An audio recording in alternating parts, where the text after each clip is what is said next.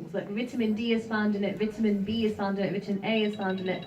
All of these things are found in fish.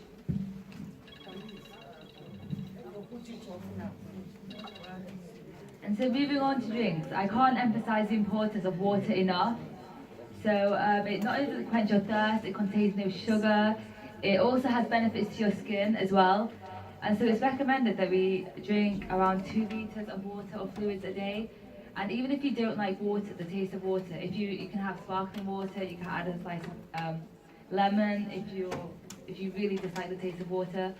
But we really can't emphasize the importance of water enough. And a lot of the time when you feel hungry, it can be dehydration because we don't drink enough.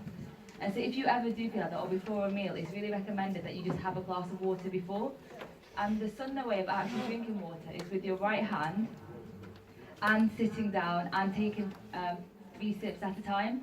So a lot of the time we tend to gulp it all down because we're that thirsty, but in terms of the absorption of the water to your body, it's actually beneficial for you to sit down and drink it slowly. Yeah. It is sunnah. Yeah, it's sunnah to drink it while sitting down with your right hand and in small sips. And it's also best for you scientifically. What about standing? You can drink it standing. There's no. But it's just the sunnah way of doing it, and scientifically it allows for your organs to absorb the water more and to get into your bloodstream. Yeah, because when you stand Yeah. and you drink, it gives pains to your muscles. Yeah. That's why you have to sit. Yeah. But if you don't have place to sit, No, there's no need of sitting down like this. Whenever you need water, it's better to drink some water than no water. Like you don't stand up. But it's just if you can drink it slowly and with your right hand. The main thing is with your right hand as well. Yeah. Yeah. And say Bismillah. And don't forget Bismillah and Alhamdulillah. Exactly. Okay.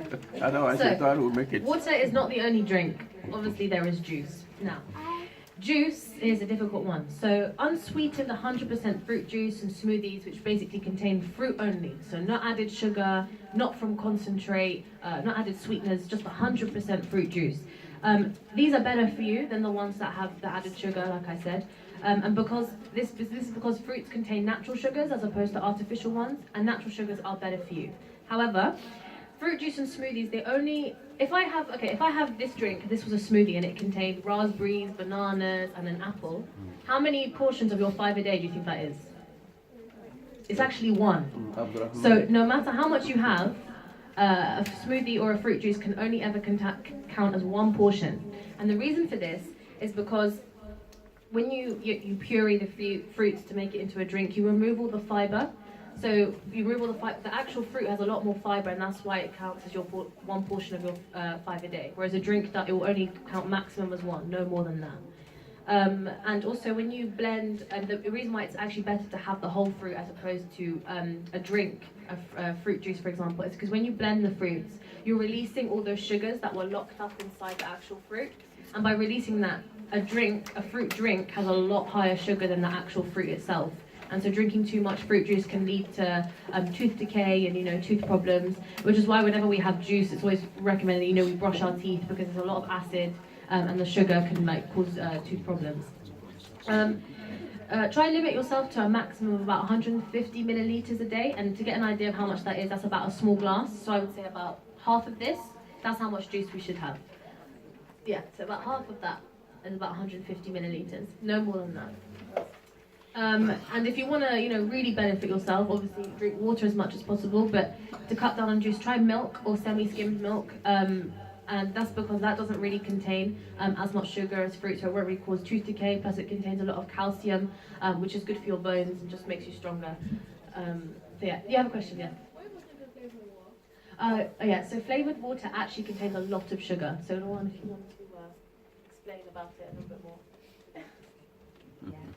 Okay, we're going to cover an activity about drinking. Yeah, but just flavoured water. Yeah. No, basically, flavoured water does have quite a high sugar content. If you check the labels, some of them do have no added sugar, and they do limit the sugar content, but then it tends to have sweeteners, which also aren't very good for you.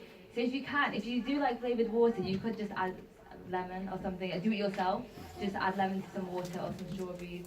But generally try to stay away from buying flavored water from the shop. Yeah, because that's artificial. Yeah. Right. So moving on.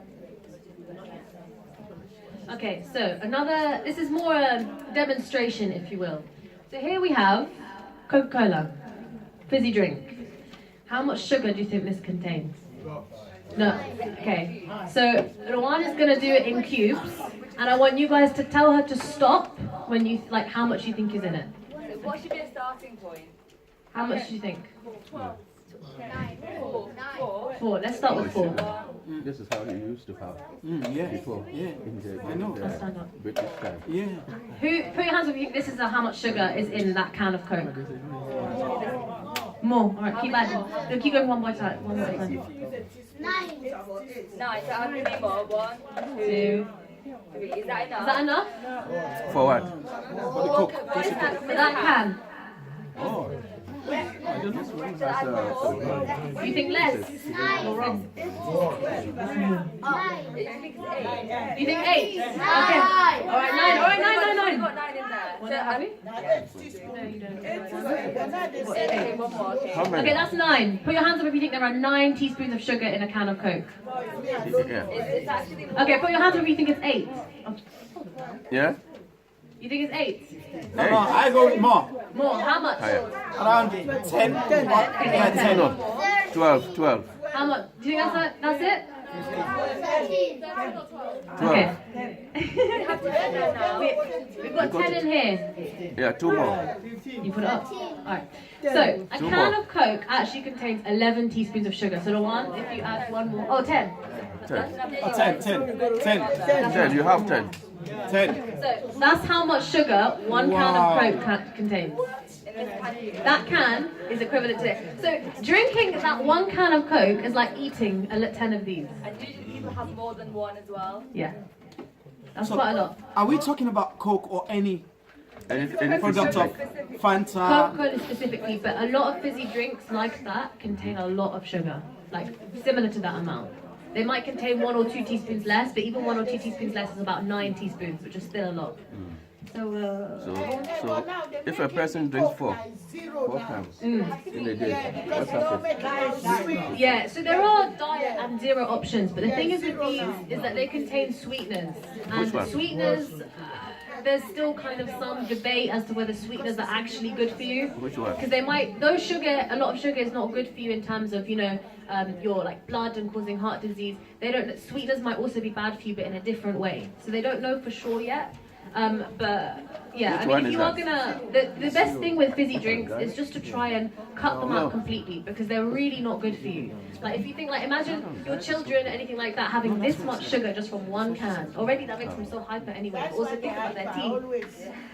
Yeah, so try cut down fizzy drinks. Like try avoid buying them completely. If you are gonna have them, moderation, 1 can and very occasionally.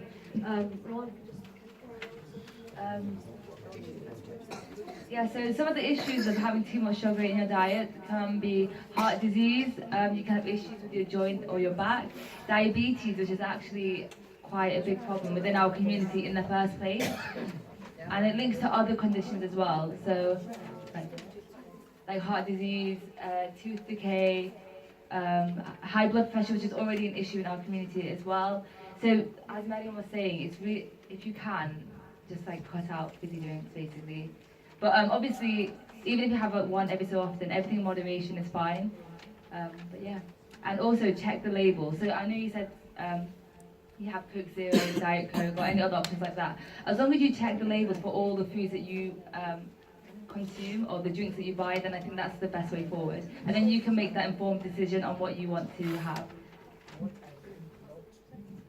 And also on the labels, a good thing about labels these days is they don't just tell you whether it's high or low, they tell you the percentage it is of your daily amount.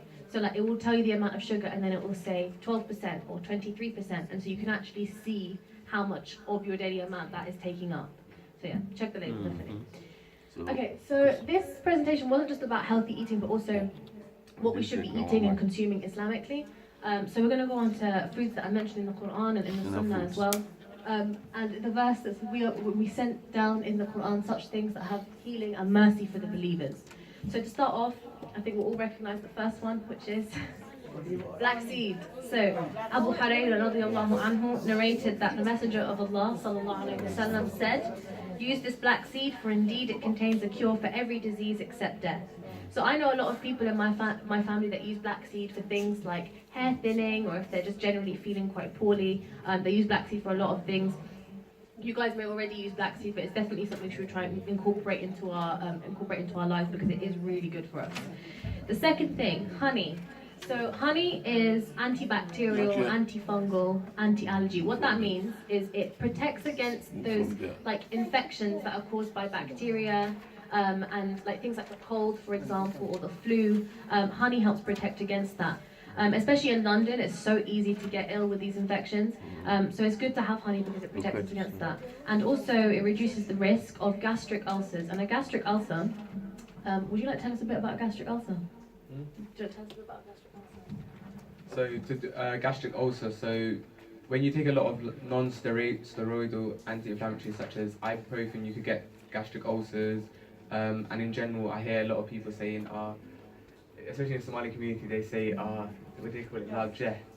So basically, it's when the acidity in your stomach is high, this could also cause it, and once we have high acidity within our stomach, when it's more corrosive and stuff, what we tend to do is, as a community, we don't really tackle the issue. We just let it go on and go on and go on, continue to eat how we eat.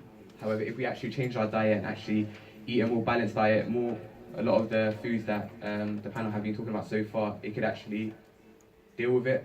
However, most people just run towards Gaviscon and trying to deal with the issue. But however, it's about long sustained healthy eating that will deal with issues such as that. So it just puts you at more risk to having gastric ulcers, which is just bleeding of the stomach, essentially.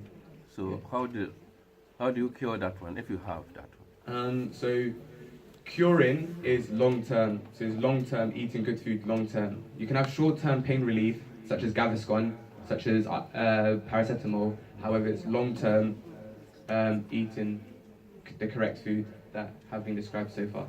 Okay. But you can cure that one also with hot water. It's not curing, it's protecting. So protecting, if you have more honey, it's like it helps protect against it. It doesn't mean you definitely won't get it, but it's just helping to improve your body's protection against it. Also honey is extremely sweet. And a lot of us probably have tea, we have coffee, and we like to add sugar into it. Try swapping that sugar out for honey. So if you're gonna have a teaspoon of sugar, like one of these, forget that, put a teaspoon of honey, because it tastes the same. In fact, sometimes it might actually taste better, and it's just a lot better for you and better for your teeth, and just like I said, a lot better for your body. Yeah, but if you do have any of these problems, like a gastric ulcer, like Anami was talking about, or you suffered anything, so definitely make an appointment with your GP and visit your GP. The next one is olive oil. So already Rowan mentioned that we should try swap out sunflower oil for things like olive oil because it contains... A person also can drink hot water. You can also drink hot oil. You can use olive oil to actually take off gastric. Yeah, to make your ears. If you have a blocked ear, a lot of people they put olive oil in their ear to make it to unblock it. But it's rich in unsaturated fat, so it contains less of the bad fat. It protects against heart disease, stroke, diabetes, and also cancer. And another thing that people don't know about olive oil is actually it protects against depression. It doesn't mean you won't get depression, but it's a good thing to have to protect against getting it. So some other foods include pomegranate, which is rich in antioxidants, which are really good for your body. They're a good source of vitamins A, C, and E. So like we said before, they're really good also. So you really need them for your body to function normally. And they also reduce inflammation and blood pressure. So like we said before, blood pressure is something that's quite common within the community. And so definitely having pomegranates in your diet will help. And then there's also vinegar. So vinegar is also an antioxidant, and it protects against some cancers such as colon and breast cancer. And it also increases your nutrient absorption, so it allows you to absorb the vitamins better, and also aids in weight loss as well. And then I think the most well-known Sunnah food is dates. So you all know it's a good source of vitamins, minerals, fiber. It helps your digestive system. So it helps you to makes it easier for you to go to the toilet. It boosts your nervous system as well. So the benefits to all these foods are quite significant. And if you can incorporate them into your diet, not only are they healthy for you, but you're also following the sunnah as well. And then it takes also gas. Yeah, it does. Yeah, because of that, when you are fasting, it's better to eat that first. You take off the gas from your stomach. So the last two foods, figs. We know there's already a surah that mentions figs. So it's surah teen with teeny with zaytun. So figs, a lot of, like I said before, eating fresh fruit is a lot better for you. But figs is the one fruit where actually having dried figs is better for you than the fresh fig. So if you are going to buy figs, it's better to buy the dried ones. Why are they so good for you? Well, they're high in fiber, and that means that they make you feel full for a long time, and they reduce your feelings of hunger. They reduce that feeling of craving, if you want a certain food, they help to reduce that. They also lower blood pressure. However, figs are very, very sweet. Like dates, they contain a lot of a type of sugar called fructose, and so you should also eat these in moderation because, like I said, high sugar, which is not good for your teeth. And the last food is melon. So melon is very high in vitamins, but extremely low in calories. We said that slice of pizza is about 289 calories. A slice of melon has almost none. So it's really good for snacking. So if you're ever hungry between meals, just chop yourself some melon because it's really, really good for you. It's also anti-cancer and helps to relieve kidney disease. And lastly, just to mention, is that these foods that I mentioned in the Quran and in the Sunnah, they are not curative. So if you have a disease, or if you said, like we said, a gastric ulcer, honey is not going to cure it, or these foods will not cure it, but they are just medicinal. They will basically help to relieve symptoms or help protect against it. But you do not use them as a cure. That's not what they're there for. They're just there to be part of a balanced diet and just improve your health. So now moving on to portion sizes. So you probably all know we do tend to overconsume a lot. Within our culture, I think there is a big emphasis on eating and feeding people, and so you go to people's houses during Ramadan and you just kind of keep getting fed, and it's quite unhealthy. And hadith, I'm paraphrasing it, but basically your stomach, a third of it is supposed to be food, a third of it is fluid, and then a third of it is for air for you to breathe. And so whenever you feel uncomfortable after a meal, how you sometimes you eat too much and then you feel really uncomfortable, you don't want to move, that is actually really unhealthy for you. And so I think within our community we do have this idea of just eating. You have the aunties feeding everyone and then you can't say no, so it's really important for you to bear that in mind, where when you feel uncomfortable, when you're at the point that you feel uncomfortable, you've eaten too much, and that's not healthy, and it's not according to the sunnah. So a way to kind of reduce your portion sizes or control them a lot more is, for example, using smaller plates. So a lot of us, when we use larger plates, we tend to want to fill the plate.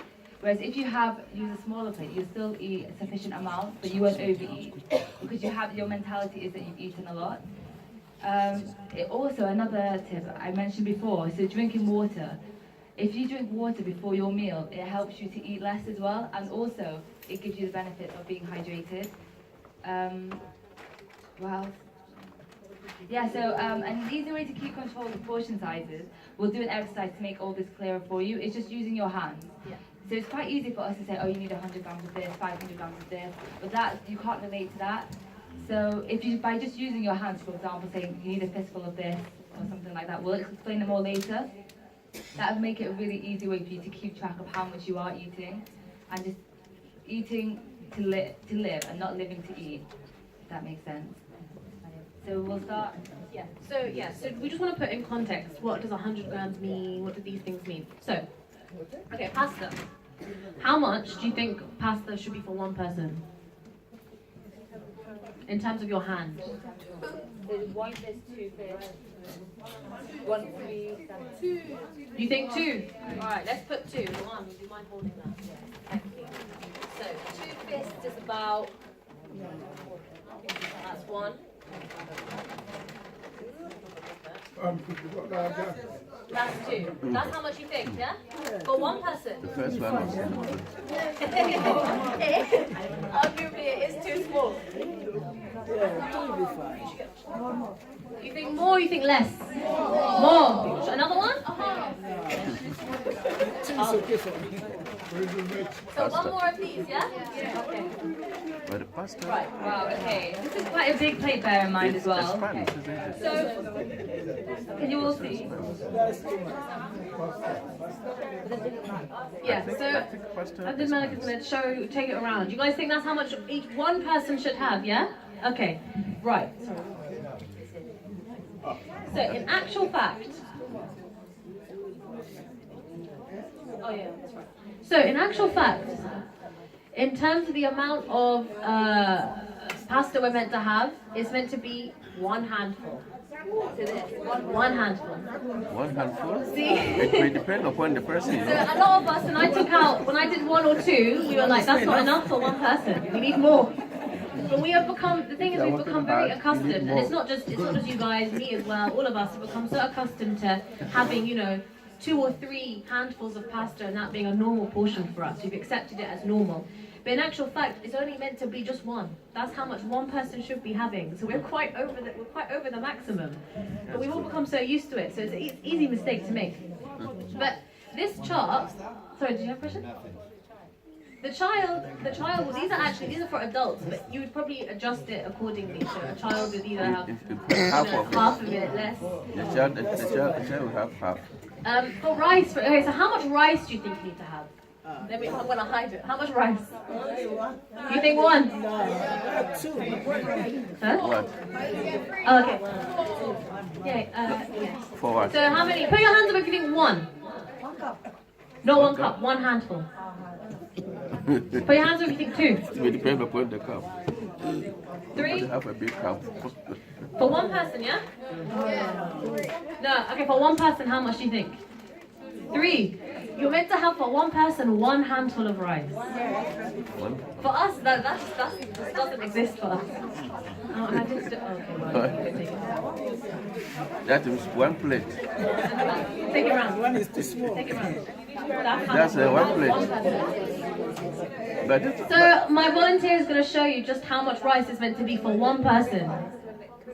Yeah, no, that's fine. But you guys thought 3 handfuls of that rice for one person. You're meant to just have 1. What? Just 1. So I'm not gonna tell you to stop eating rice. 1 plate? But we need to cut down on rice. That's not enough for plate, That's not enough. Yeah. But the thing is, you have to remember that you're not just gonna have rice by itself. You have other things on the plate and stuff, so that will all add up. Secondly, I think a lot of us, we've become in this culture nowadays where we live to eat. When in actual fact, we should be eating to live. So, we don't need to be full all the time or feel really full that we can't move or we can't go and do the dishes, anything like that. We should just be sufficiently full. So you shouldn't feel uncomfortable. You shouldn't feel like your stomach is stretching or anything like that. You just feel like you've had enough. There is still space, but you don't need to keep eating until you feel like you just cannot move. A lot of us have got into the mistake of doing that, and that's why we eat a lot more than we actually should. But so how many times you have to eat per day? How many times you have to eat per day? Basically, just go back. Okay, so I'm going to show you. So portion sizes. You might not. Not a lot of us are very familiar with. Obviously, we're not very familiar with how much we're actually meant to be having. So how can we make this easier for ourselves? So this chart here, it basically shows you how much you should be having relative to your hand. So take cheese, for example. It's saying just 1 finger of cheese. That's how much. Take salad. You should be having 2 fistfuls of salad. Meat-wise, so if you're taking a bit of chicken, it should fill the palm of your hand. That's how much. So a lot less than we're actually used to, I understand. But in order to, I'm not expecting any of you to go home and suddenly... Sorry? Veg. Okay, so for example here, if you're just going to have carrots, you have 1 fist. If you're going to have salad, you have 2. Yeah, so I'm not expecting you all to go home and suddenly have, tiny bowls of rice and stuff. It's a gradual process and a gradual change. But a good way would be, I would recommend, you can find this online very easily. Maybe print it off, stick it on your fridge. So even if you're not implementing it straight away, you are getting an idea of how much you're meant to be having. Because like I said, it's so easy for someone to say, oh, you should have 100 grams of rice. What does that actually mean? So, yeah, so now you can actually see. You can be like, am I having that amount of rice? So I highly recommend for you guys to maybe print this off if you like. Or alhamdulillah, we all have access to the internet or on our phones, so we can very easily see things like this. Good. I want to ask a question. Yes, of course. The brown rice is good to eat, eh? Yes. Better. For me, I like brown rice. That's good. But the children in this country, they don't like brown rice. They say it's big. Yes, that's true. Because when I cook, Brown sugar. I cook my own brown rice separate. Brown rice and I brown cook for sugar. their own separate. Because sometimes, oh, you cooking this big rice. It's not good for they like this one. It's good. Brown rice is a lot better for you. A lot better for you. Yeah, eat brown rice. So again, things like this is just some more about portion sizes. So for example, let me get an example. So as you get to this page. Yeah. So for example, here it's saying 70 grams of meat. What does that mean? Here it says about the size of a deck of cards. That's how much meat you should be having. I know, random, I know, but still. Fish, it says 140 grams of fish, about the size of a checkbook. I don't know where they got this from, but yeah, I'm saying what I'm trying to say is that to find out portion sizes, there is so much information online, and things that make it a lot easier now. That is not. But yeah, so just a reminder here that the Holy Prophet, peace and blessings be upon him, said that food for one is enough for two, food for two is enough for three, and food for three is enough for four. What that means is that you should be able to share your food with another person, and it doesn't matter that if you're not full. Like, you don't need to be extremely full, just sufficient, have some food just to, like I said, food is so you can live. We don't live to eat, we're just eating to live. So that's it. In the next year. So now just some general tips for healthy eating. So we're going to go over a lot of what we mentioned before. So eating lots of fruits and vegetables a day. Does anyone remember how much you're supposed to have per day recommended? 5, yes? So that's 5. And then you also base your meal on starchy carbohydrates. So as Madeline was saying before, so the pastas, the brown pasta, brown rice, stuff like that. If you base your meal on that, not only to make you feel fuller for longer, and it's also just healthier for you. Cut down on saturated fats. So do you guys remember which fats the saturated fats were? So they're the ones that had in cakes, cream. So basically the bad fats for you. So if you try and cut them down and have more unsaturated fats, for example, swapping sunflower oil for olive oil or rapeseed oil. Eating less salt, we also had that activity. Also, another thing, a really good tip, is not to skip breakfast. So a lot of people think that skipping breakfast is cutting calories, it's really good for you, but breakfast is actually one of the most important meals of the day, and it's really important for you not to miss it. So it starts off your metabolism, and also it keeps you full. So a lot of the time, when you miss breakfast, by the time it gets to lunch, you're really, really hungry, and then you're more likely to make bad food choices. So you're more likely to crave more chocolate, more food that isn't actually good for you. So if you start your day well and have a good breakfast, a healthy breakfast, for example, you can have eggs or something like that, then it's more likely that you'll make better food choices throughout the day. And then eating more fish, drink plenty of water. I can't emphasize that enough, how important it is to drink water. So carry around a bottle with you whilst you're doing your activities throughout the day. Yeah, and then eating slowly, that's also very important. So a lot of us, when we're hungry especially, we tend to kind of eat as quickly as possible to get as full as possible. But what tends to happen is that your brain can't actually register that you're full quick enough. So if you eat slowly, your stomach's able to send signals to your brain telling you that you're full, and so you're more likely to eat less. And also not eating in front of a screen as well. So when you're eating, don't eat in front of the TV or stuff like that, because then you don't register what you're eating and you're more likely to eat more. So, and it's also more social if you eat with your family all together. But yeah, so they're the general tips. But the doctors eat And this is the last faster. slide, don't worry, you're all getting a break. But just to, like I said, we gave kind of an overview this session. We hope you found it helpful and things to kind of implement. But if you do want more information, more details, then definitely go and read, like look at the Sunnah, for example, look at the evidence that we've, for the foods that we've mentioned. The NHS website. So like I said, a lot of us have access to the internet and we have phones, and so we can access the internet easily. And the NHS website has so much information. Like honestly, the way they've organised it, it's so easy to access. It's so easy, huh? Oh yeah, a lot of our information has come from that website because it's regularly updated. It's not too much on there, just exactly what you need to know. So I really recommend using that. Also the Eat Well guide, that's basically this plate here which kind of shows you how much you should be having, just kind of an overview of what we've done. Your GP, so if you do have any of the problems that we were talking about, or you are suffering with anything, then definitely go and visit your GP. And the good thing about your GP is that it's a one-on-one session. So you can ask them questions about anything, any problems you may be having, anything to do with eating. And they won't just give you advice, but they'll give you advice that's specific to you. So the advice we've given now is kind of general for all of you, but your GP can, direct it to you and tell you what you need to do. And the final thing, community centres like this one and also your local council, they sometimes have things like for healthy eating and exercise programs. Definitely look into it if you want to get involved in more things. And yeah, so that is the final slide. We thank you all for listening. We hope that we've helped, and you can now have a 5-minute break. You can come back. Before the next presentation.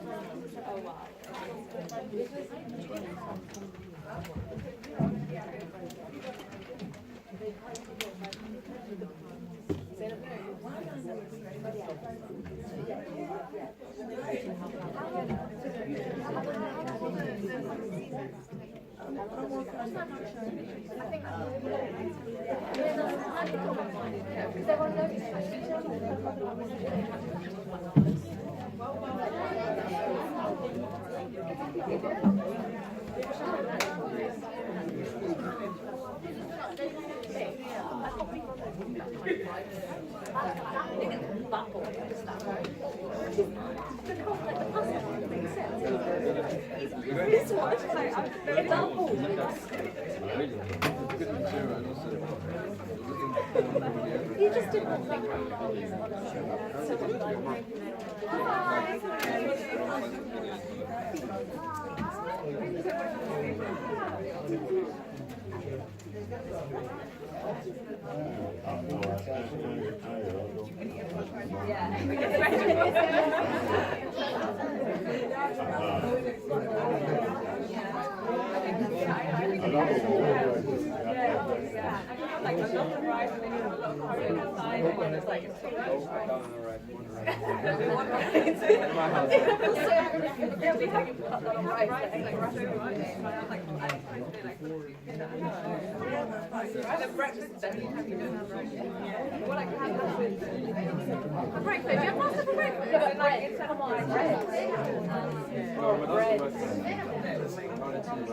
it's like every single call that you